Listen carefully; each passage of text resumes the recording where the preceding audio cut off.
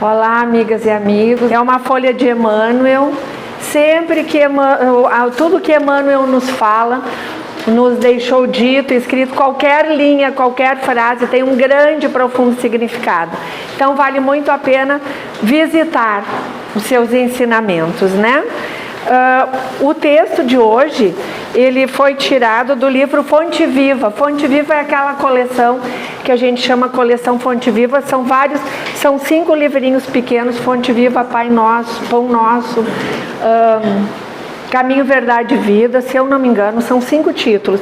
São todos livros em que Emmanuel desenvolve, ele pega um versículo do Novo Testamento, de um dos apóstolos, né, de um dos livros do Novo Testamento, Mateus, Marcos, Lucas, João, cartas de Paulo, enfim. E aí ele desenvolve aquele versículo. De uma linha, normalmente, de um versículo, dá um texto enorme. É este caso. Então, uma curiosidade sobre a esmola que dá título a esse texto da tarde de hoje. A esmola fazia parte do conjunto das leis divinas para o povo hebreu. É uma curiosidade que eu adorei saber, eu não sabia. Então, era assim, que fazia parte das leis divinas, repetindo, para o povo hebreu: esmola, oração e jejum. Então, eram 2 atitudes assim.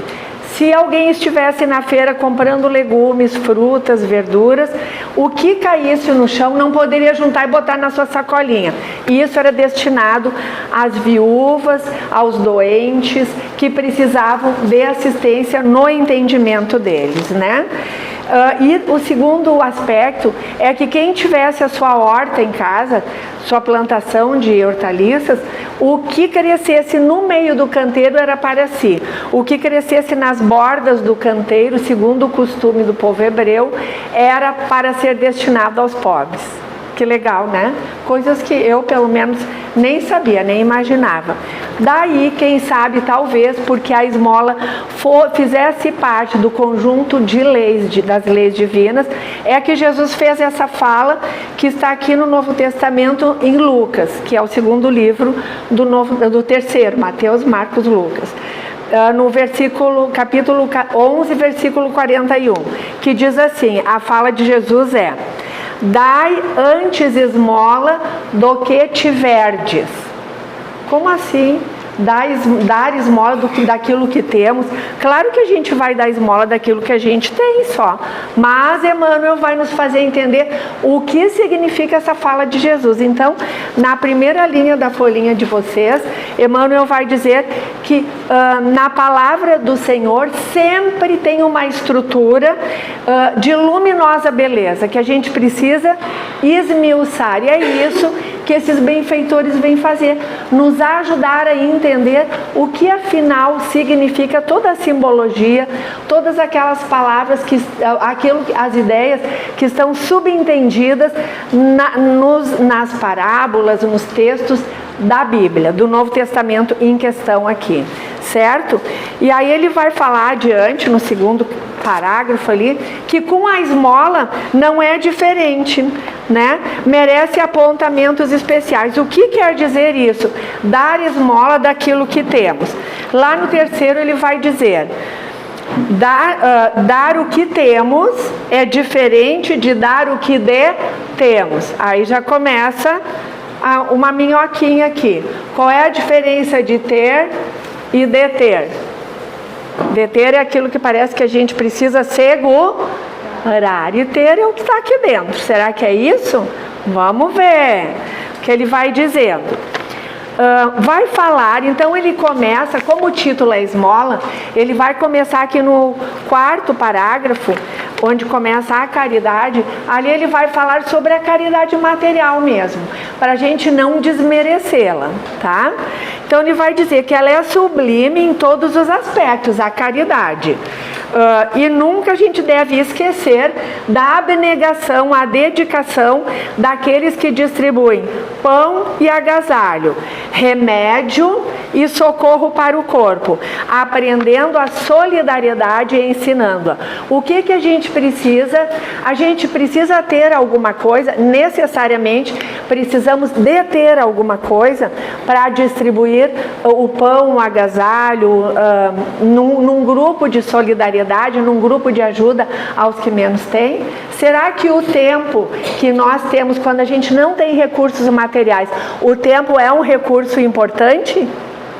Sim? A gente entende que sim? E será que o tempo, ele está dentro do conceito de ter, é o que temos, ou é o que detemos que seguramos? Vamos pensando nisso. É um pouquinho filosófico até, né? É justo, aí ele vai dizer, ok, isso é muito importante, essa caridade, essa beneficência, essa benemerência de ajudar. E aí, se a gente encontra alguém, aqueles mimizentos que ninguém gosta, alguém gosta de ficar perto de alguém mimizento, que fica o tempo todo se queixando, faz de conta que essa, é horrível, né? Que essa pessoa mimizenta vê a gente correndo para cá, correndo para lá, vem aqui no centro espírita e sabe que tem uma família precisando, vai lá, alcança, e essa pessoa mimizenta, ai, como eu queria, a voz até treme, como eu queria ser como tu, poder ajudar, mas vamos comigo, não posso, eu tenho minhas dores, mas vamos fazer, não posso, não tenho um centavo. Tudo mimimi, né, gente?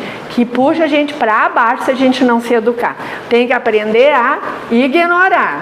E nem ficar dando explicação porque a pessoa não quer ouvir. O mimizento, normalmente, desculpem o termo, é um termo que eu uso normalmente, uma gíriazinha assim, para não chamar de reclamão o tempo todo. O mimizento não quer ajuda, ele quer continuar de braço cruzado, reclamando. Não adianta nem querer ajudar. Então a gente ajuda e passa, como diz André Luiz. Mas ele vai trazer uma outra coisa aqui, uma outra ideia. Agora vamos ter uma nova ideiazinha aqui. É justo, porém, salientar que a fortuna e a autoridade são bens que temos ou que detemos? Detemos. Fortuna e autoridade é aquilo que a gente detém, porque a gente recebe quando aqui está nesta encarnação. São recursos que a gente usa aqui na vida terrena.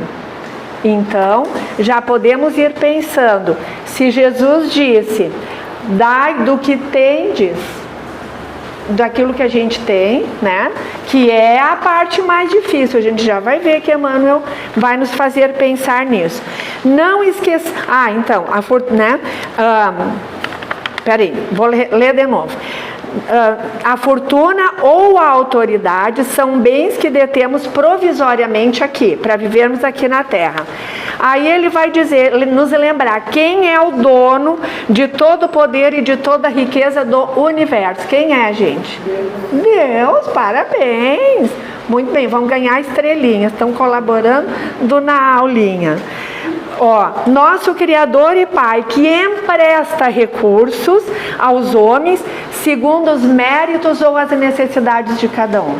Às vezes a gente precisa, numa encarnação, voltar aqui para a Terra e ter acesso ao poder por alguma programação que fizemos junto do nosso anjo guardião, junto da equipe que vai estar conosco aqui na Terra. Para isso, a gente vai precisar. Então, quando é necessário. Parábola dos... Quem é que lembra qual é a parábola que fala disso aqui? Começa com talentos. Isso aqui é a parábola dos talentos. E temos os talentos conforme o que precisamos para esta vida, conforme nós muitas vezes ajudamos a programar, que é o que nós vamos precisar para fazer essa nossa vivência dessa encarnação. Mas abaixo ele vai dizer, não olvidemos, olvidar é esquecer, tá? Não esqueçamos assim as doações de nossa esfera íntima. Aqui nós chegamos no ter ou no deter? Ter. Não vamos esquecer aquilo que tem, porque mesmo Jesus disse, dar antes aquilo que temos. E aí que agora nós vamos pensar, o Emmanuel vai listando, vai fazer perguntas para a gente pensar o que temos de nós para dar, não o que detemos, nesse caso. O que temos de nós próprios para doar? Pergunta. A gente hoje, uma sugestão de teminha para casa é sair daqui. Eu, por exemplo, caminho até o trem. Eu adoro, porque enquanto eu caminho, parece que a minha mente faz assim, ó, me ajuda a pensar. Vamos pensando quando a gente vai voltando para casa. O que será que eu tenho para dar? O que eu já dei hoje de mim? Que não tem a ver com poder, com dinheiro, com recursos. Que espécie de emoção estamos comunicando nos outros? Por que Emmanuel pergunta isso? Ele vai repetir uma pergunta que tem a ver com isso, ó. Que tipo de vibrações espalhamos? A última. Eu acho que tem a ver com essa segunda. Por quê? Não tem às vezes que a gente se aproxima de uma pessoa, vai dar um abraço e a gente sente assim meio que uma repulsa? Nunca aconteceu? É a emoção que aquela pessoa, é o conteúdo que ela está dentro dela. Ela, talvez naquele dia ela não esteja bem, acordou assim, muito mal, negativa, com problemas, com preocupações. E aí vamos lembrar aquilo que a gente sempre fala aqui: pensamento é energia, pensamento é vida. Pensou, irradiou. E aí a gente acordou daquele jeito negativo, preocupado, com raiva, remoendo uma mágoa, uma ofensa. Tá tudo aqui. Pensa na panela de pressão.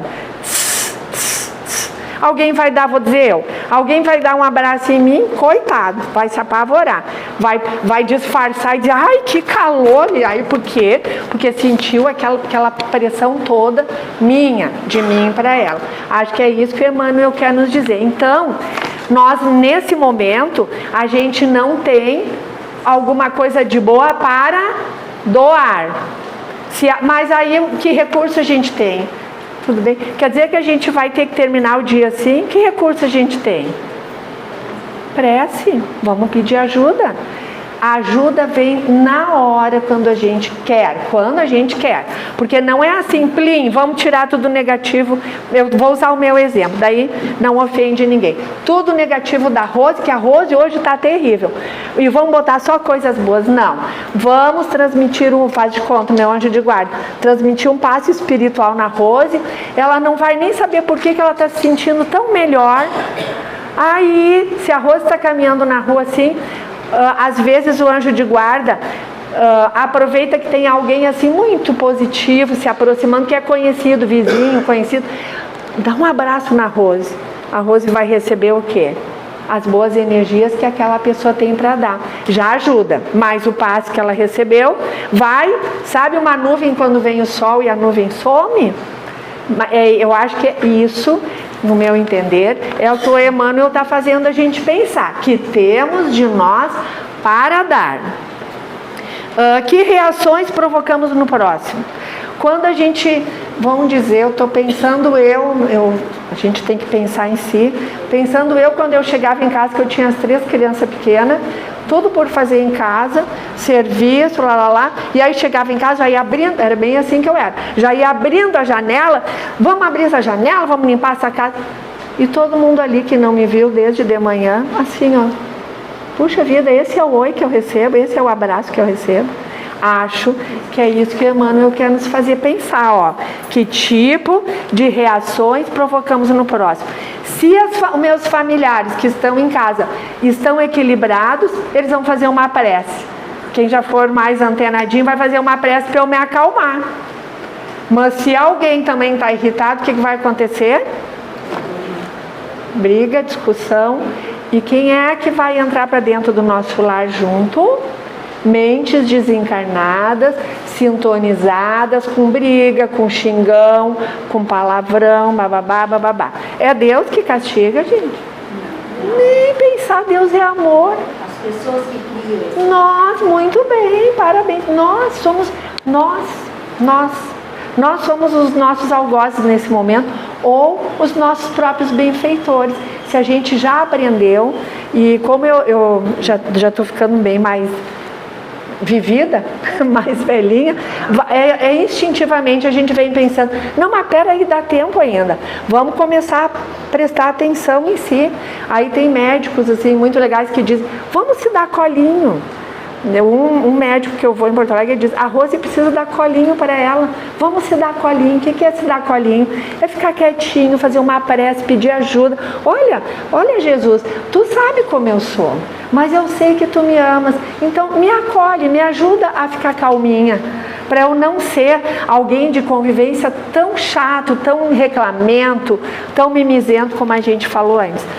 Vou fazer uma pausa aqui, porque quando eu sentei, eu estava comentando com as meninas do bem que trabalham aqui, que sempre o que está escrito aqui no quadro serve para a palestra, para o assunto da tarde. Isso aqui fecha direitinho com o que a gente está falando e com a história que eu vou trazer daqui um pouquinho, que vocês vão ver. Maravilhoso esse pensamento, gente. Vale a pena ler e decorar se for preciso, porque ele é uma receita de bolo que está escrito aqui. Muito importante.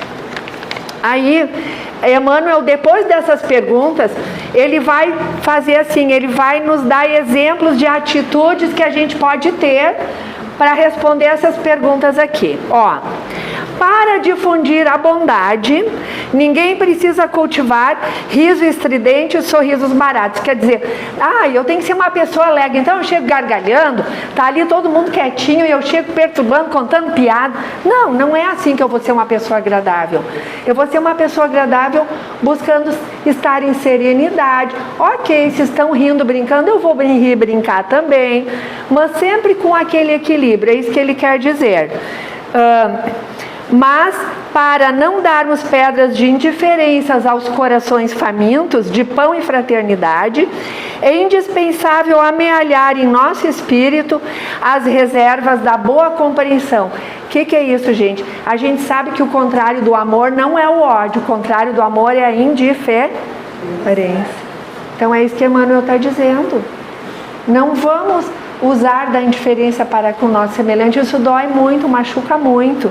Tipo, a pessoa vem assim, ela está lá no chão. Porque hoje não sei o que. E a gente assim, desavisadamente. Não, isso aí vai passar. Vamos trabalhar, vamos...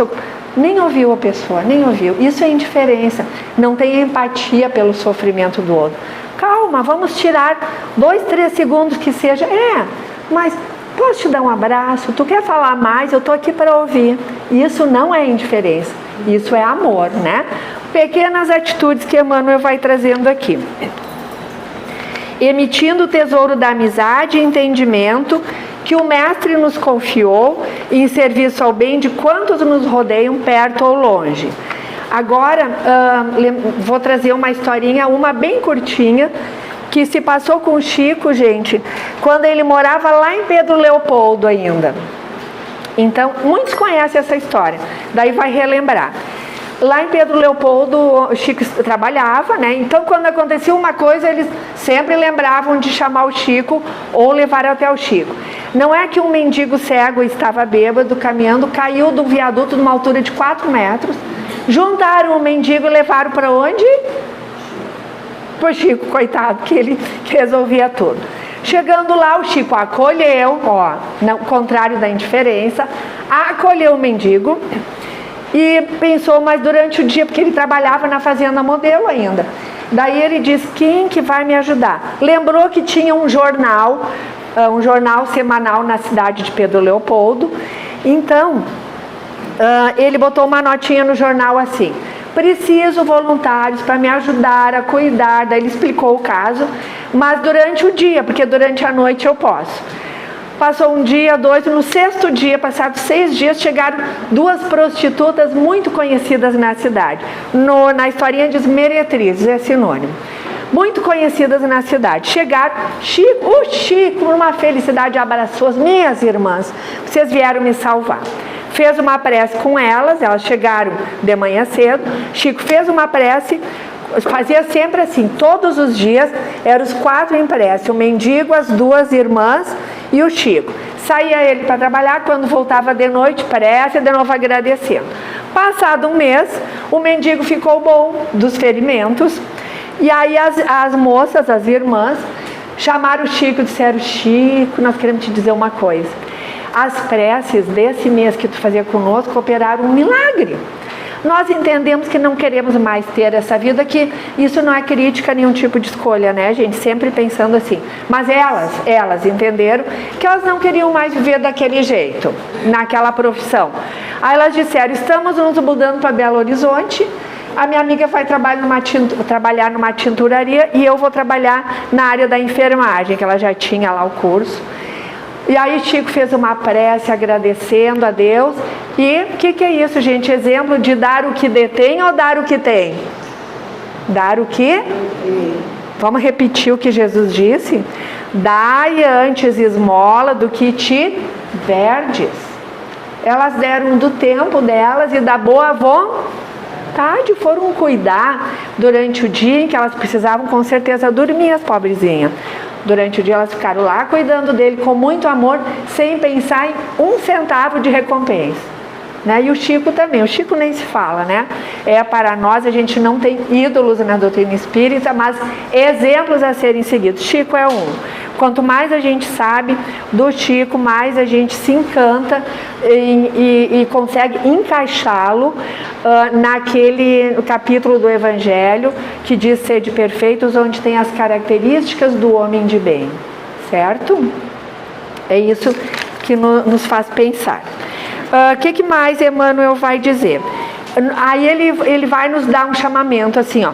É sempre reduzida, olha só, é sempre reduzida a caridade que alimenta o estômago, quer dizer, ok, eu sou caridoso, estou matando a fome das pessoas, mas dentro de mim, é isso que o Emmanuel quer dizer, eu não esqueço a ofensa que está aqui me amargando e o meu desejo de me vingar daquela pessoa que me vingou.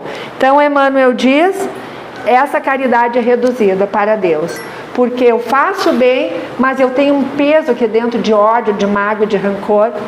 Esse negativo neutraliza o positivo, não de todo, mas diminui o tamanho, né? Que não se dispõe a servir diretamente ou que não acende luz para a ignorância.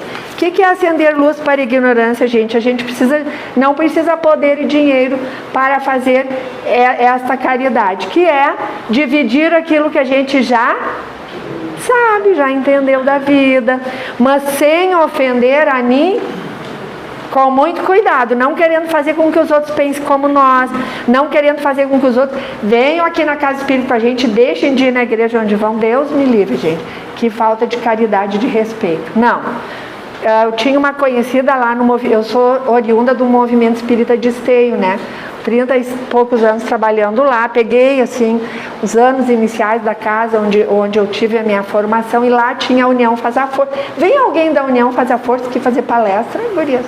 Não, é uma casa assim que começou junto com a nossa, com a Gabriel Delane, e lá tinha a Dona Elisa. Ela era uma trabalhadora assim, que ela era um ícone em termos de proatividade, e ela trabalhava, ia de Esteio todo dia a Porto Alegre, e ela dizia, eu nunca disse para ninguém qual é a minha religião, o que eu acredito, mas às vezes as pessoas me perguntavam, vem cá, Dona Elisa, a senhora é de alguma religião específica?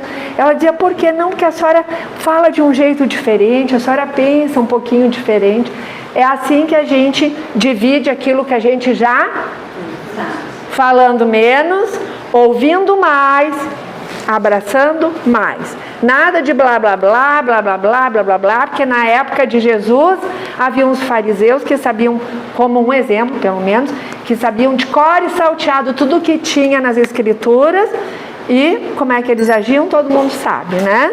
E aí Jesus os chamava de discutidores da palavra morta. Olha que expressão bonita. Eu acho filosófica essa expressão. Discutidores da palavra morta, que vem a ser o blá blá blá, blá blá blá. Na hora de ajudar, de acolher, de dar abraço, de ouvir, de silenciar para não criticar, nada, né? Quem quiser levar a sua folhinha para casa, pode levar para reler. Daí tem no final, Emmanuel sempre encerra com uma conclusão, ó. Dá esmola da vossa vida íntima, que é aquilo que nós temos. Espalhai alegria e bom ânimo. Custa dinheiro isso? É o que nós temos, né? oportunidade de crescimento e elevação com nossos semelhantes, que é dividir um pouquinho daquilo que a gente já sabe quando nos perguntam, né? Irmãos dedicados ao próximo, que o Chico fez com aquele mendigo. Porque, em verdade, o amor que se irradia em bênçãos de felicidade e trabalho, paz e confiança, é sempre a dádiva maior de todos. É aí que entra esse pensamento aqui, ó. É a conclusão do Emmanuel que está escrito aqui no quadro, gente. Olha que lindo. Vou ler, tá? Ó, nem sempre terás o que desejas, mas enquanto estiveres ajudando aos outros, é o que o Emmanuel fala aqui, os recursos, encontrarás os recursos de que precisas. A vida traz. E para finalizar agora uma história, essa história é um pouquinho mais cabeluda, tá, gente? Diferente da do Chico. É a história de um obsessor, que tem a ver com esse pensamento, com se manter ocupado. Então, gente, o Leontino era um espírito desencarnado que ele andava atrás de um certo homem chamado José Onofre, porque o José Onofre, numa vida passada, fez muito mal para o Leontino. José Onofre voltou para uma nova vida num novo corpo. O Leontino, o espírito, ficou em ódio no plano espiritual. Tinha perdido ele de vista. Por quê? A gente passa por todo aquele processo, né, de regressão. O espírito que está lá vai reencarnar, ligado ao útero materno, bababá, bababá. Fica com os pensamentos assim meio adormecidos. E como é que os espíritos nos alcançam? Via pensamento e sentimento. Mas daí ele perdeu ele de vista. Mas descobriu. Quando descobriu onde é que o José Onofre estava encarnado, em que corpo, se grudou a ele. Ele disse, agora que eu vou atazanar a vida dele. Esse era o objetivo dele, atazanar a sua vida. Aí ele tentou de um jeito, tentou de outro, e o José Onofre se mantinha aqui, ó. Ele ficou desesperado, o espírito. Disse, mas eu preciso desgraçar a vida desse homem. Bem assim. Mas não conseguia de jeito nenhum. O que ele fez?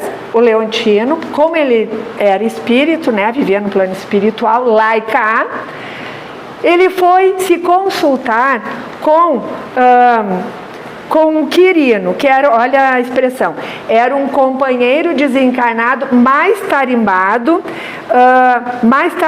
especialista em atazanar pessoas aqui na Terra. Lembro que o Divaldo, não sei se vocês ouviram, o Divaldo de vez em quando dizia, não desdenhem da capacidade de inteligência dos espíritos contrários ao bem. Porque tem os especialistas de tudo, em hipnose, em como entrar na nossa mente, bababá. Pois esse espírito, Quirino, ele era um especialista. Aí esse texto é do Simonetti, gente, o Richard Simonetti. Então ele diz assim, alguns credos religiosos chamariam o Quirino de diabinho, né? É a ideia do demônio. Mas para nós, a gente sabe que é um espírito como nós, criado para a perfeição, mas que ainda não conhece o bem. Por enquanto ele está ali sofrendo, eles é que sofrem mais. No momento em que a gente faz o outro sofrer, quem é que sofre primeiro? Nós, né? Quem segura ali a brasa que a gente quer queimar o outro, quem se queima primeiro é quem está segurando a brasa, né? Essa é a ideia. Aí ele, olha o diálogo interessantíssimo que o Leontino trava com o Quirino. Aí ele contou tudo, chegou lá no Quirino, o Quirino recebeu lá onde ele morava, e aí o espírito, o Leontino, começou a dizer, falar tudo, e então o Quirino ouviu pacientemente e perguntou, olha a pergunta, tu já identificou as fraquezas do espírito, peraí, cadê o do José Onofre? O que quer dizer isso? Logo que eu comecei na doutrina espírita, a gente aprendeu assim, quem mais nos conhece os defeitos são aquelas pessoas que menos nos querem bem. Por quê? Porque elas nos observam, elas ficam ali, olha ali a Rose, olha ali o que a Rose faz, ela se faz de queridinha, mas olha que peste que ela é, assim. Então é por isso que o espírito obsessor diz, tu já identificou todas as fraquezas dele? Que o Leontino respondeu? Eu sim. Aí ele foi dizendo, ele tem certa tendência à tristeza. Isso o espírito obsessor tinha observado nele. Muita preocupação com a saúde. Ele tem crises de afetividade no lar, ou seja, de vez em quando, sabe aquela coisa de discutir a relação? Pelo jeito ele fazia muita. Gosta de aperitivos e não é insensível aos encantos femininos. Somos humanos e fracos muitas vezes, né? Então, e o Leontino escutando, o mais tarimbado.